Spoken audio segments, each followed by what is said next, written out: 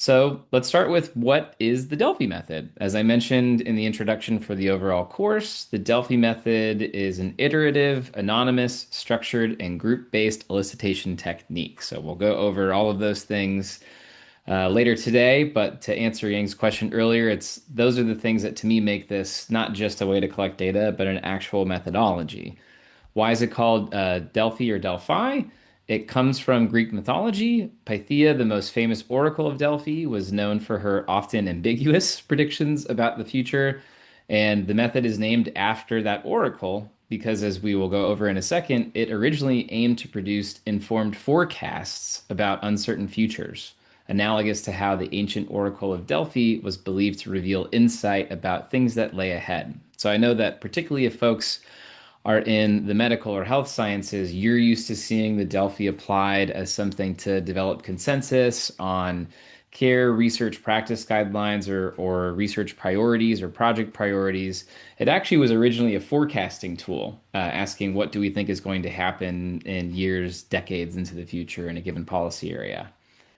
Overall, regardless of what it's trying to achieve, it's based on the premise that asking experts the same questions several times and sharing other experts' answers with experts themselves will help to develop consensus on a topic, and that consensus can be used as a form of evidence of expert opinion. So Delphi-based expert consensus is considered to be more reliable than the opinion of a single expert, right? So this is the premise that you're asking a group of experts rather than a single expert, because it harnesses what's known as the wisdom of the crowds, or the wisdom of several knowledgeable individuals, while mitigating the negative effects of dominant personalities and groupthink that are common in group synchronous in-person sessions. So someone who might be more outspoken or confident, dominating the conversation and steering consensus towards their view. Or if folks are in the same room, everyone can see who each other is. Perhaps there are senior folks in the room. You might feel the pressure to agree with folks who are senior in your space, even if you might actually disagree with their take on a given item on a given topic that you're discussing.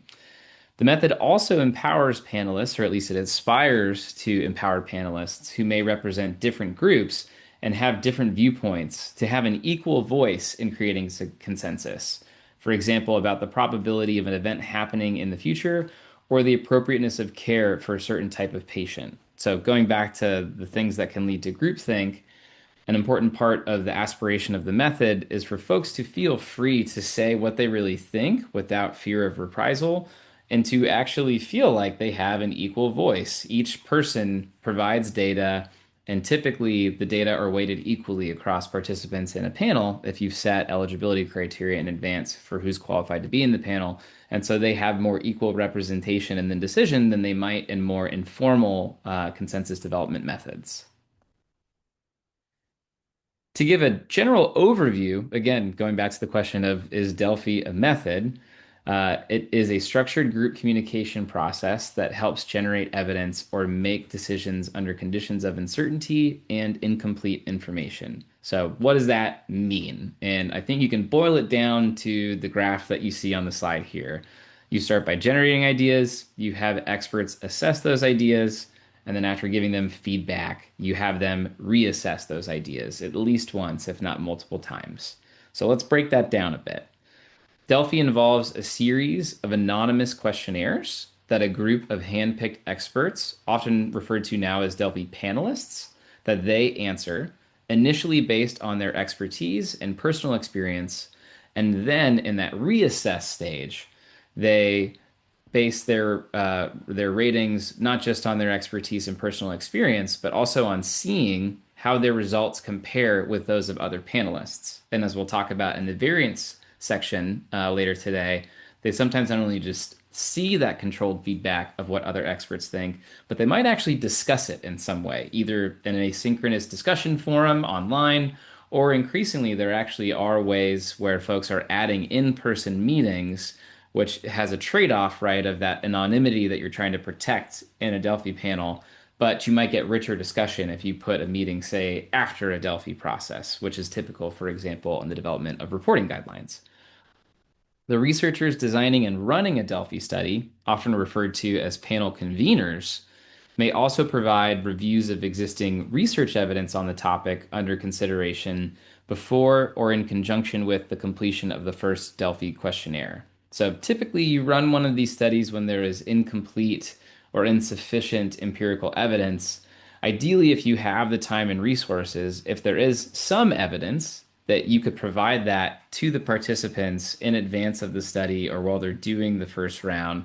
And so that they're not only basing their results off of existing experience and expertise, but any empirical evidence that might actually be relevant and existent for the topic, even if that evidence is insufficient to have confidence moving forward and making a decision. You still want to know what experts in the area think about that topic. If little published evidence exists, panelists may be asked to weigh in on the issues to be included in subsequent rounds. So that's that generate ideas box at the beginning of this arrow. Not every Delphi study does this. Most, I think, actually just have folks be presented with an existing set of ideas, an existing set of items, ask them to rate those items, get feedback on those on the ratings from other panelists, and then they reassess their ratings on those items or ideas. But sometimes a panel will, at the outset, perhaps when they're recruiting panelists, ask them, hey, we're going to do a panel on state level policies for opioid use disorder. Here's the list of policies that we're considering. Are any missing? Or we plan to assess them on these 8 criteria. What do you think about those criteria? Would you remove one? Would you change one? Would you add a criterion? Right? Those kinds of things folks sometimes do before going into the closed rating assessment rounds, often called rounds 1 and 2 of a Delphi process.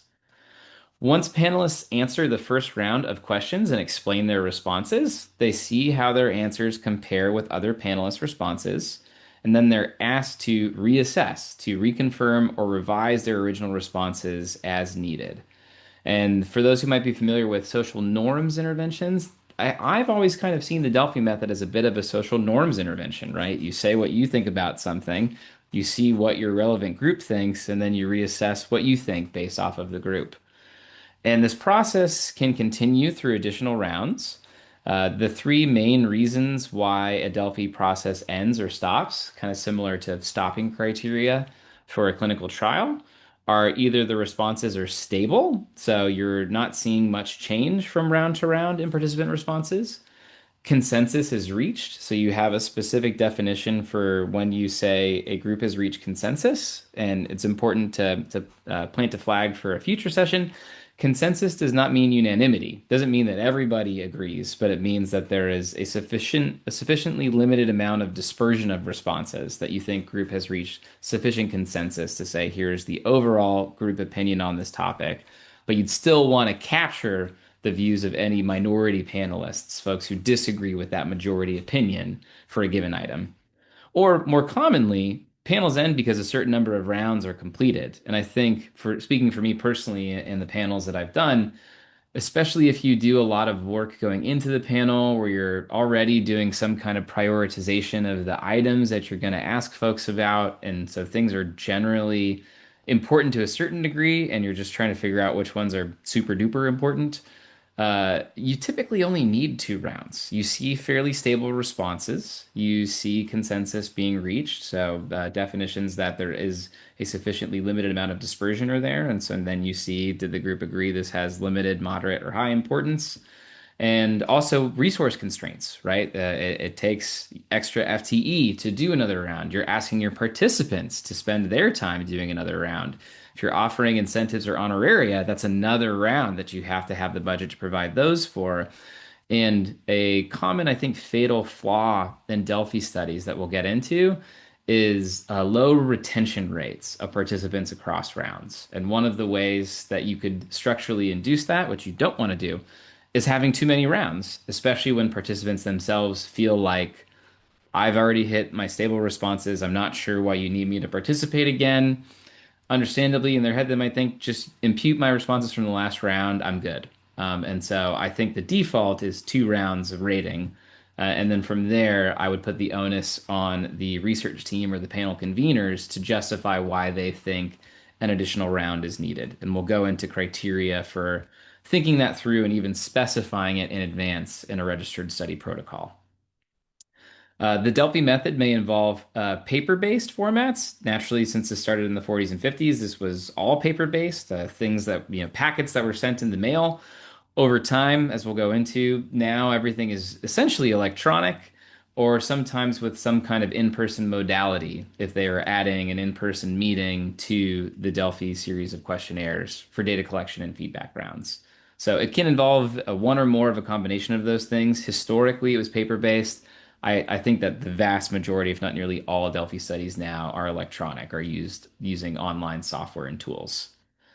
And at the end, the panel conveners will summarize the final panel results, often generating a set of final consensus statements. So for the ideas or items that were evaluated in a Delphi process, they'll say, here are the ones that didn't reach agreement if a certain number of rounds or stability were the reasons for ending a panel, not consensus. So here are ones where responses were bimodal, so we can't say that there even is consensus. Like, we don't know. Folks disagree. You might unpack why they disagree from qualitative comments in that case.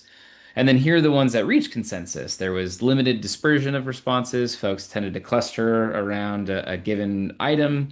And here's what they thought. They thought this was of limited importance, of moderate importance, of high importance as a research project, for example, for those of you who are doing prioritization exercises or interested in them. And you would summarize what the decision was for each of your ideas or items in the Delphi study. And you would provide ideally the rationale. So, from the comments of folks who had that consensus decision, why does it seem like that's the majority opinion? And then again, capturing those who might have a dissenting or minority view. So, that is the general overview of the Delphi as a method. And of course, the rest of this course, this seminar, will be unpacking all of those things.